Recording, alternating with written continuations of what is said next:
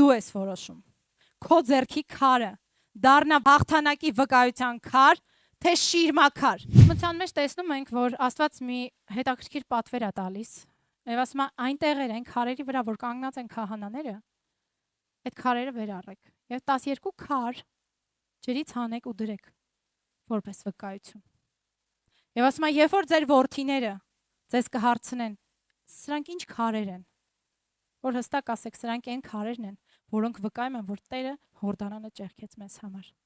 Սրանք հաղթության քարեր են։ Ասենք հուշարձաններ ենք տեսնում,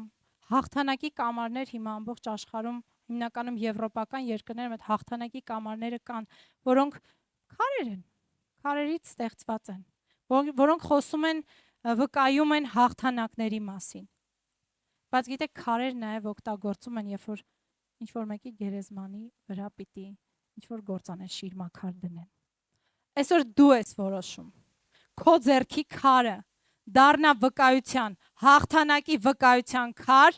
թե շիրմաքար, որտեղ դու կթաղես կամ քո երազանքները, կամ այն հաղթանակները, որ Տերը քո համար պատրաստել էր։ Ինչի՞ չէ, թե ֆիզիկապես կապրես, բայց միգուցե հոգեպես արդեն մեռած ես։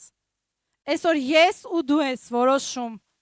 դառնա այդ քարը իմ կյանքում հաղթանակի վկայության քար, թե դա ի վերջո շիրմաքարը, որի վրա լացելով ու ողբալով ես թաղում եմ իմ երազանքները, թաղում եմ իմ տաղանդները, թաղում եմ այն սերմերը, որ Աստված դրել է իմ ներսում։